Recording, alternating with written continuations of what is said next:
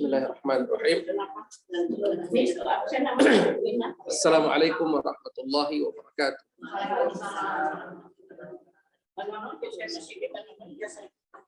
Alhamdulillahi rabbil alamin. Wala aqibatu lil muttaqin. Wala udwana illa 'alal zalimin. Wa sallallahu wasallama ala nabiyyina Muhammadin wa ala alihi wa ashabihi wa man tabi'ahum bi ihsanin ila yaumiddin. Puji syukur kita panjatkan kehadirat Allah. Salawat dan salam semoga tetap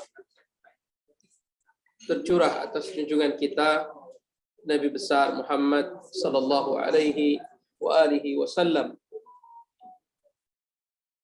Hari ini, Ibu sekalian, kita akan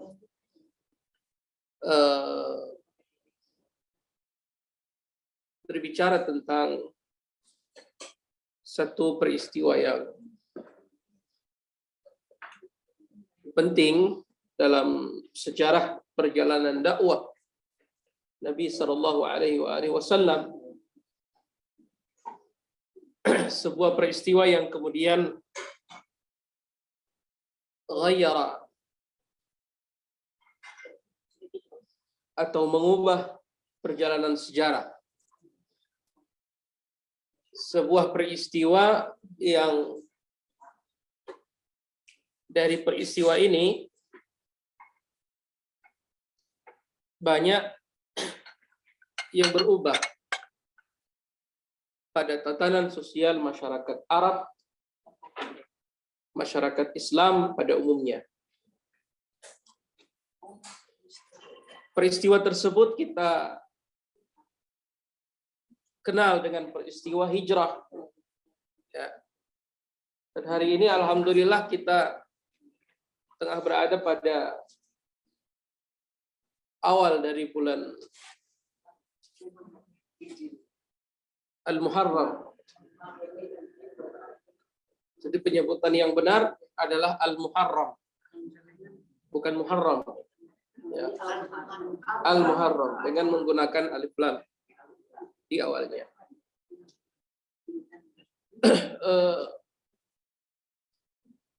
Walaupun sebetulnya Bapak dan Ibu sekalian rahmati Allah, peristiwa hijrah itu tidak terjadi di bulan Al-Muharram. Ya, peristiwa hijrah itu justru terjadi jauh setelah Al-Muharram.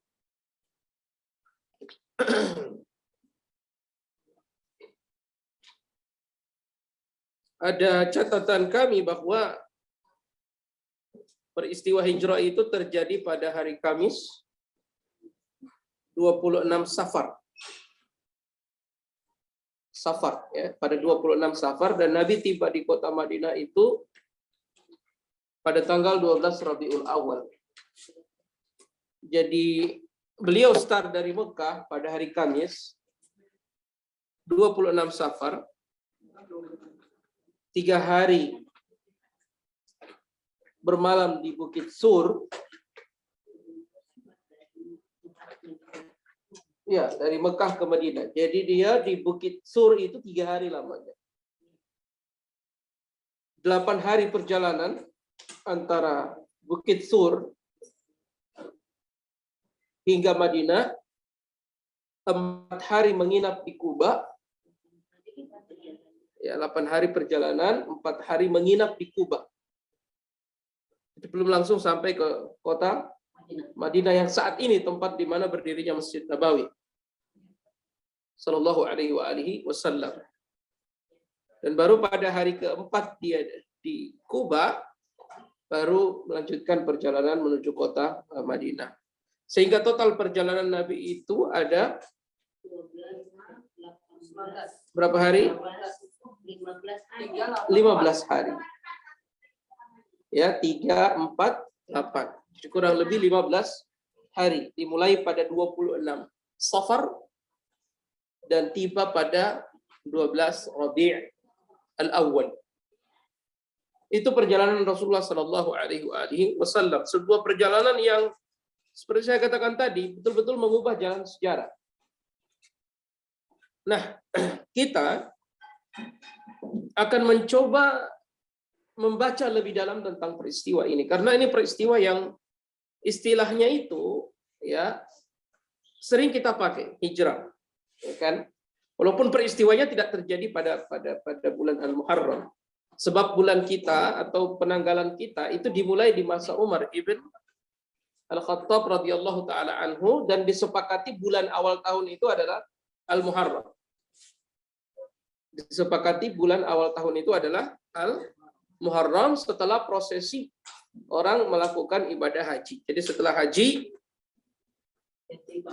Dzulqa'dah, baru setelah itu Dzulhijjah, baru setelah itu Al-Muharram. Jadi disepakati nanti orang setelah menutup tahun, menutup semua rangkaian ibadah haji, selesai dari bulan Dzulhijjah kita menyongsong bulan baru, yaitu bulan Al-Muharram.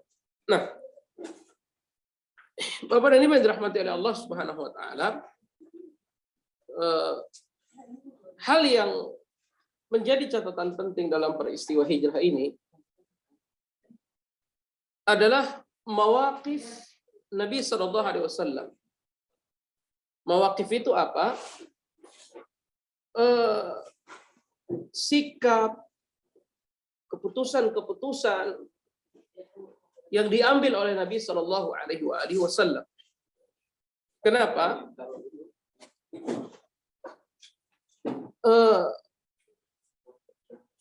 Ketika Nabi Shallallahu Alaihi Wasallam berdakwah di Mekah, kita tahu bahwa fase Makkah itu adalah fase terberat. Fase Makkah adalah fase terberat dalam dakwah. Dan di Mekah tidak ada manusia kecuali Muslim atau kafir. Cuma dua itu model orang di Mekah. Kalau nggak Muslim, kafir. Nggak ada orang munafik di Mekah. Tidak ada orang munafik di Mekah. Kenapa demikian?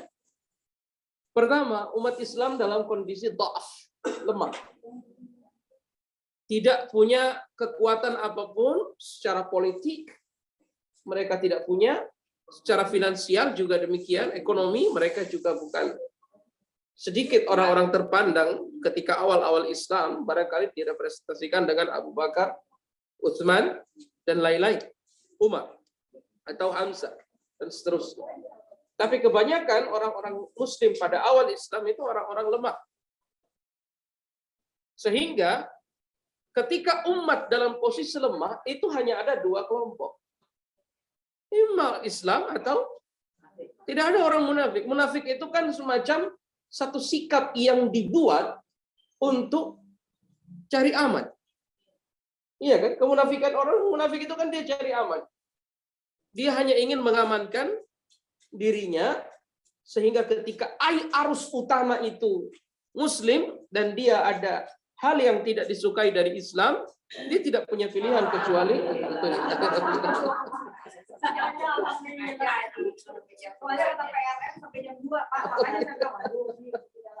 Alhamdulillah.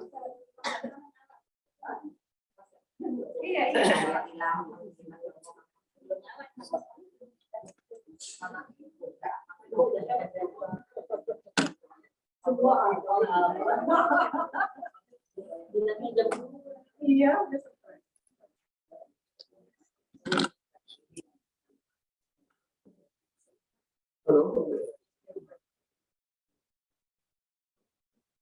Ya, jadi dalam situasi dhaaf, dalam situasi lemah, orang itu tidak akan tidak akan menampakkan kebencian. Tapi ketika posisi umat Islam kuat, maka akan muncul orang-orang munafik. Makanya sekali lagi saya ulangi, kemunafikan tidak ada di periode Mekah. Adanya pada periode Madinah. Baru bermunculan orang-orang munafik ya ketika umat Islam itu kuat dan di bawah bumi ini tidak ada yang baru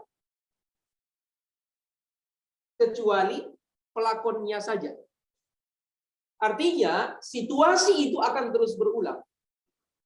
Dalam kondisi umat muslim itu lemah, kita akan tahu siapa yang memusuhi umat Islam. Tapi ketika umat Islam itu kuat, nah orang-orang yang tidak bisa menampakkan kebencian terhadap Islam secara terang-terangan, biasanya dia menyusup juga di tengah-tengah kaum muslimin. Sejarah itu akan seperti itu.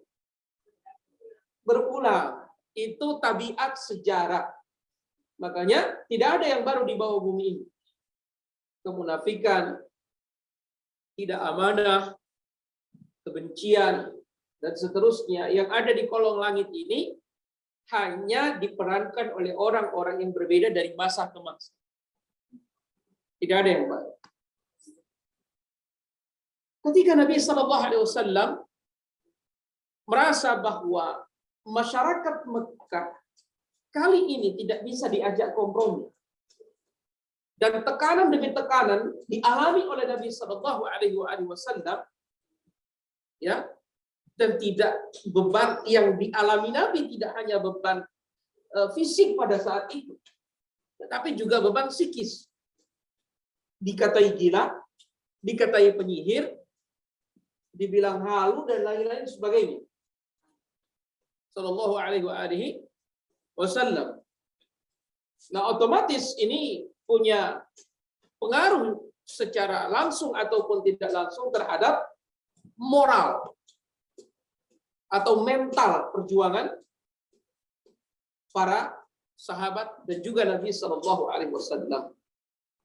Maka tibalah izin atau datanglah izin dari Allah untuk gerakan hijrah. Karena memang tidak mampu untuk bertahan di Mekah pada saat itu. Dan karena mereka dizalimi, ada izin dari Allah untuk melakukan hijrah. Tetapi hijrah ini belum berlaku untuk Nabi. Kenapa? Posisi beliau sebagai pemimpin nggak boleh duluan. Pemimpin itu selalu belakangan. Kenapa? Ada istilah amirul qaum khadimuhum. Pemimpin satu kaum itu adalah pelayan mereka. Ya, bukan. Dia yang melayani, makanya orang tidak bisa berada di posisi itu kecuali dia telah selesai dengan diri sendiri. Orang nggak akan bisa memimpin, betul-betul bisa memimpin orang, ya apalagi mengambil amanah atau tanggung jawab yang besar sebelum dia selesai dengan dirinya sendiri. Kalau tidak, potensi untuk memanfaatkan kekuasaan itu akan selalu ada. Hanya itu dalam tradisi kita orang Islam, amirul qaum khadimuhum. Pemimpin suatu kaum pada hakikatnya adalah khadim, pelayan, pembantu bagi rakyatnya. Mestinya seperti itu. Ya, di dalam tradisi Islam. Izin datang. Tapi hanya untuk orang-orang lemah dulu. Ya, sekian orang pergi. Itu pun dilakukan dengan sembunyi-sembunyi. Kenapa? Karena orang Arab itu, orang Mekah tidak mau pengaruh mereka, terutama dari kalangan Quraisy, tidak mau pengaruh mereka atau pamor mereka di tengah-tengah masyarakat Arab itu turun. Sehingga apa? Muslim pada saat itu dianggap sebagai gondok. Dimuntahkan juga tidak mungkin, ditelan juga tidak mungkin, simalakama pada saat itu. Kita mau membunuh mereka, kita terikat dengan hukum dan aturan yang ada pada saat itu. Kalau membunuh, dibunuh. Atau membayar dia. Kita biarkan mereka pergi keluar dari Madinah, itu problem. Kenapa? Nanti pengaruh mereka akan ke orang-orang di luar Mekah. Ya, kita biarkan orang Islam keluar dari Mekah, pengaruhnya akan ke luar Mekah. Dan kalau pengaruhnya sudah di luar Mekah, habis kita. Nah, memang manusia itu selalu seperti itu. Dia ingin melakukan apapun untuk mempertahankan kedudukan dan kekuasaannya. perintah dari Rasulullah Shallallahu Alaihi Wasallam, perintah dari Allah Subhanahu Wa Taala turun, tapi belum untuk Rasulullah Shallallahu Alaihi Wasallam. Nah ini, sehingga ketika orang-orang Mekah yang Muslim itu mulai hilang satu-satu, keluar tengah malam, tersisa orang-orang yang penting. Rasul sebagai simbol dari perjuangan Sallallahu Alaihi Wasallam dan Umar ibn Khattab radhiyallahu taala anhu. Semua orang pada saat hijrah itu secara sembunyi-sembunyi kecuali Umar. Dia melakukan secara terang-terangan, dan kita mungkin sudah membaca di mana pidato beliau di samping Ka'bah, Umar mengatakan siapa yang ingin anaknya jadi yatim, istrinya menjadi janda, silakan halangi saya untuk hijrah. Dan Umar itu memang sikap orang yang memang seperti itu. Karakter manusia kan beda-beda. Ada yang selembut Abu Bakar, pemalu seperti Utsman, pemberani seperti Ali, dan ada orang yang setegas Umar ibn Khattab radhiyallahu taala anhu. Di dalam dakwah memang harus ada karakter-karakter ini. Tidak boleh satu karakter. Lembut, nanti kalau dia lembut gampang dihancurkan. Kalau dia keras terlalu gampang dipatahkan. Mesti berada di tengah-tengah itu, dan mesti orang ketika di dunia dakwah ya harus memahami, oh ini begini memang modelnya. Oh ini yang begini memang modelnya. Tapi yang paling penting intisari dari dakwahnya. Itu yang paling penting. Ibu-ibu sekalian rahmati Allah Subhanahu wa taala, hingga suatu hari ketika melihat populasi Mekah itu semakin berkurang, dan otomatis ini kan punya pengaruh pada ekonomi. Dan kita tahu bersama Mekah itu tempat persinggahan para pedagang. Ya, kota yang disinggahi oleh pedagang pada masa itu. Populasi kaum muslimin semakin sedikit di Mekah. Sehingga orang-orang Mekah pada masa itu mencoba untuk memecahkan persoalan ini. Kalau populasi semakin berkurang, angkatan kerja juga makin kurang. Sementara yang masuk Islam ini kan rata-rata anak muda. Ya, anak muda, bukan orang tua. Ini makin berkurang. Apa yang akan kita lakukan untuk mengantisipasi masalah ini? Kata mereka begini, kalau kita hanya memusnahkan ekor dan membiarkan kepala, itu tidak akan ada penyelesaian. Kepalanya yang harus kita potong. Siapa? Rasulullah Shallallahu Alaihi Wasallam. Kita harus akhiri ini semua. Tema sentralnya adalah Rasulullah harus diakhiri. Dia harus dimusnahkan, dia harus dibunuh. Tetapi pada saat itu orang-orang Arab Quraisy ya tidak menemukan cara untuk membunuh Rasulullah SAW yang baik. Itu bagaimana? Karena kenapa? Orang Arab itu terikat dengan nasab, diikat oleh klan. Ya, fanatisme klan itu sangat kuat. Fanatisme marga. Kalau kita di Gorontalo juga begitu. Fanatisme marga. Ini marga Habibie, ini marga Gober, ini marga Kasim, ini marga Hakim. Itu banyak sekali. Kita punya 900 lebih marga di Gorontalo. Dan itu saling mengikat. Ibu Kati marga apa? Kartini. Oh, Masya Allah. Ya. Saya Talib. Marga Talib. Nah, semua orang itu punya marga dan diikat oleh orang Arab juga begitu. Artinya, satu kita bunuh, ini bahaya. Kita bunuh Rasulullah SAW. Rasul itu datang dari klan yang besar. Bani Hashim. Artinya apa? Semua orang dari rumpun Bani Hashim itu akan berhadapan dengan pembunuhnya. Sehingga pada saat itu semua orang berkumpul di tempat yang disebut dengan Darun Nadwa, semacam parlemen Quraisy. Namanya apa? Darun Nadwa. Mereka kumpul di situ, semuanya rembuk. Ini mau bagaimana cara kita untuk mengakhiri. mengakhiri Muhammad. Bagaimana caranya? Akhirnya ada bilang, oh begini begini, tiba-tiba di situ ada satu kakek yang tua, ya. Sebetulnya kakek yang tua ini ada menyamar, iblis yang menyamar seperti itu, ya.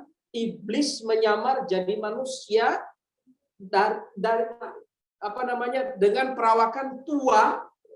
Ya, tua itu kan menunjukkan apa? Kebijaksanaan. Hati-hati, kebijaksanaan iblis yang masuk parlemen itu bahaya. Oh, ada begitu ya? Kalau saya kan di Konoha, jadi tidak terlalu. Ya, jadi wajah, jadi dia berubah jadi orang tua, dan tua itu dengan jenggot yang menunjukkan kewibawaan, menunjukkan kebijaksanaan. Dia masuk ke parlemen Quraisy. Nah, di situ dia sendiri yang mensortir itu. Kamu pendapatnya apa? Pendapatnya begini, itu tidak bagus itu. Jadi dia situ sebagai hakim. Dia sebagai hakim. Kamu bagaimana pendapatmu? Pendapat saya begini. Akhirnya ada pendapat seseorang mengatakan bahwa kalau begitu kita kumpulkan semua jagoan dari masing-masing klan. Kalau dibunuh perwakilan satu klan itu akan susah menghadapi Bani Hashim. Jadi dikumpulkan itu. Jadi dari Bani ini, dari marga ini si Anu tokohnya. Yang paling kuat dari marga ini si Anu. Kita kumpulkan jagoan-jagoan kita dari masing-masing klan, dibunuh Rasulullah SAW, darahnya ditumpahkan oleh seluruh klan Arab sehingga Bani Hashim tidak punya kekuatan untuk melakukan tuntutan. Bagaimana Bani Hashim berhadapan dengan seluruh marga Arab? Seluruh marga Arab. Lalu kata iblis yang menyamar jadi orang tua, ini saya sepakat dengan ini. Saya sepakat dengan ide ini. Ini cara untuk menghabisi Rasulullah Sallallahu Alaihi Wasallam. Akhirnya apa? Semua orang Quraisy ya mengumpulkan jagoan-jagoan dari klan-klannya malam hari itu, ya, dalam peristiwa hijrah itu mereka sepakat malam ini kita akan menghabisi nyawa Rasulullah SAW. Di pagi harinya Nabi Shallallahu Alaihi Wasallam itu mendatangi Abu Bakar pada waktu yang tidak biasa. Karena dalam orang Arab itu punya tradisi itu nggak ada bertamu di pagi hari. Di kita begitu juga nggak ya?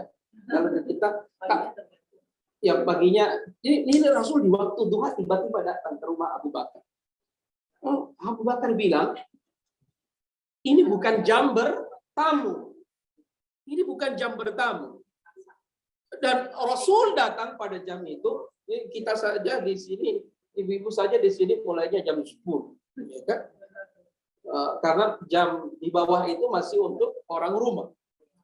Rasul tiba-tiba mendatangi Abu Bakar di luar jam biasa dia mendatangi Abu Bakar.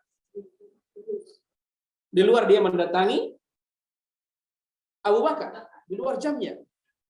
Tiba-tiba Abu Bakar mengatakan mesti ada sesuatu yang penting sehingga Rasul datang pada jam seperti ini. Akhirnya apa? Disambut Nabi, wahai Nabi ada apa? Lalu Nabi mengatakan, wahai Abu Bakar, telah diizinkan untukku berhijrah. Kalau begitu, wahai Rasul, Abu Bakar mengatakan, ini kabar gembira. Saya sudah menanti kapan untuk berhijrah. Semua sudah berhijrah. Saya menahan agar bisa menjadi orang yang mendampingimu dalam hijrah. Sallallahu alaihi wasallam radhiyallahu anhu wa sahabati ajma'in. Akhirnya makanan ditaruh dulu. Saya tidak fokus. Ke sana kemari, ke sana kemari. Sampai di mana tadi? Nah, itu kan.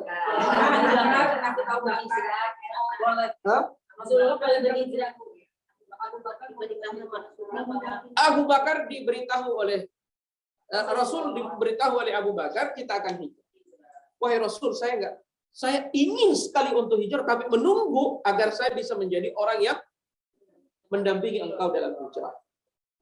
Karena memang ini isyarat hijrah tuh nggak boleh sendiri. Kita tuh butuh kawan untuk berubah jadi baik dan seterusnya. Kita butuh lingkungan, kita butuh kawan-kawan yang mendukung. Tidak bisa kita sendiri di jalan hijrah itu nggak bisa. Al-mu'minu qawiyyun bi ikhwanihi. Seorang mukmin itu akan menjadi kuat ketika dia bersama saudara-saudaranya. qawiyun bi ikhwani. Kata Nabi pada Abu Bakar, sudah, kalau memang itu kamu sudah tunggu waktunya, sekarang sudah dapat izin dari Allah, ya udah, siapkan semua. Baik, wahai Nabi, saya akan siapkan tunggangan. Enggak. Kamu beli tunggangan pakai uang saya. Tidak, wahai Nabi, saya mau siapkan. Enggak bisa. Ya, kamu pakai uang saya untuk membeli tunggangan saya. Ini sebetulnya isyarat dari Nabi SAW untuk setiap perjuangan, untuk setiap perubahan, orang tuh harus tadhiyah. Tadhiyah itu adalah harus berkorban. Tadhiyah namanya. Tadhiyah itu artinya harus ada pengorbanan. Dia tidak bisa, terutama di dunia dakwah, dia tidak boleh menunggu dari orang. Dia harus memberikan, mempersembahkan dari dirinya dan hartanya di jalan Allah Subhanahu. Makanya Nabi bilang sama Abu Bakar, enggak usah kamu, saya yang beli sendiri kendaraan saya. Dan hijrah ini untuk satu perubahan. Makanya Syekh Al-Tonton mengatakan, laulal hijrah lama kanatil Madinah, walaulal Madinah lama kanatil Syam, walaulal Syam lama kanatil Andalus. Kalau bukan hijrah, nggak ada Madinah. Kalau nggak ada Madinah, nggak ada Syam yang berperadaban. Kalau bukan Syam, dari Syam itu kemudian sinar Islam itu sampai ke Andalus. Dan Andalus mewarnai Eropa. Jadi hijrah itu titik yang nanti akan mengubah jalannya sejarah. Makanya karena itu penting, Nabi bilang, saya harus punya saham di situ. Saya tidak boleh ambil gratis dari orang. Saya yang harus membayarnya sendiri dengan apa yang saya miliki. Tidak, wahai Abu Bakar. Akhirnya disiapkan semua, ya, dipilihlah nanti siapa yang akan menuntun kita. Kenapa? Karena perjalanan ke Madinah kali ini tidak boleh asal-asalan, sembarangan. Mesti ada yang menuntun kita, dan orang itu harus dari orang yang menguasai jalan selain jalan yang dipakai oleh orang banyak. Nggak boleh. Kalau dia lewat jalan biasa, gampang sekali ketangkap. Ya kan? Maka harus dipilih seorang khirit. Khirit itu seorang ahli geografi, seorang ahli jalan. Dia tahu jalan-jalan yang tidak dilalui oleh orang untuk mengakses Madinah. Maka terpilihlah siapa namanya? Abdullah bin Uraiqid. Abdullah bin Uraiqid. Ini Abdullah bin Uraiqid. Ini awalnya dia masuk Islam. Apa namanya dia? Seorang Nasrani. Ini bukan seorang Muslim. Ini bukan seorang Muslim, tapi seorang Nasrani. Namanya Abdullah bin Uraiqid. Radhiyallahu ta'ala anhu. Dan itu bukan kebetulan kenapa Nabi memilih seorang non-Muslim. Karena memang pada saat itu yang lebih paham tentang seluk-beluk jalan Arab ya orang ini. Makanya hal-hal yang berkaitan dengan keahlian, Nabi itu tidak melihat agama orang. Nabi melihat keahliannya. Misalnya kalau kita undang tukang bangunan, nggak perlu ditanya itu tukangnya Muslim atau tidak. Kenapa? Yang kita lihat dia itu ahli atau tidak. Tapi dalam hal-hal yang lain, wilayah al-udma, kepemimpinan besar yang punya berkaitan langsung dengan urusan umat Islam, nggak boleh. Tapi kalau hal-hal yang berkaitan dengan kalian, makanya di zaman Umar ibn Khattab, para pencatat di Dewan Negara itu rata-rata orang, ada orang Majusi, ada orang Yahudi, ada orang Nasrani. Kenapa? Mereka yang punya ilmunya pada saat itu. Mereka yang punya ilmunya. Makanya Nabi ketika melihat Abdullah bin Uraiqid lebih paham tentang jalan-jalan yang ada di sana, dipilihlah dia. Dan ini juga bukan Muslim, dia seorang Nasrani, namanya Abdullah bin Uraiqid. Ya, saya tidak tahu dari sultan, tapi namanya Abdullah bin Uraiqid. Ya, iya, ketika dia mendampingi Nabi itu masih Nasrani. Waktu keberangkatan, padahal ada sayembara siapa yang menangkap Nabi dapat 100 ekor unta. Tapi dia tidak ambil itu. Karena dia sudah terlanjur terikat perjanjian dengan Nabi SAW. Dan ini menunjukkan orang Arab itu punya sifat namanya wafa. Wafa itu apa? Setia dengan akad. Ya kan, kamu sudah ini saya. Tidak boleh saya ketika ada tawaran lebih, saya ambil yang kan cenderung manusia begitu. Sudah kontrak, sudah bagus, ada tawaran lebih, ini Abdullah terikat dengan sifat dan karakter orang Arab yang wafa. Wafa itu apa? Setia. Loyal ya, kalau kita bahasakan dengan bahasa kita itu loyal.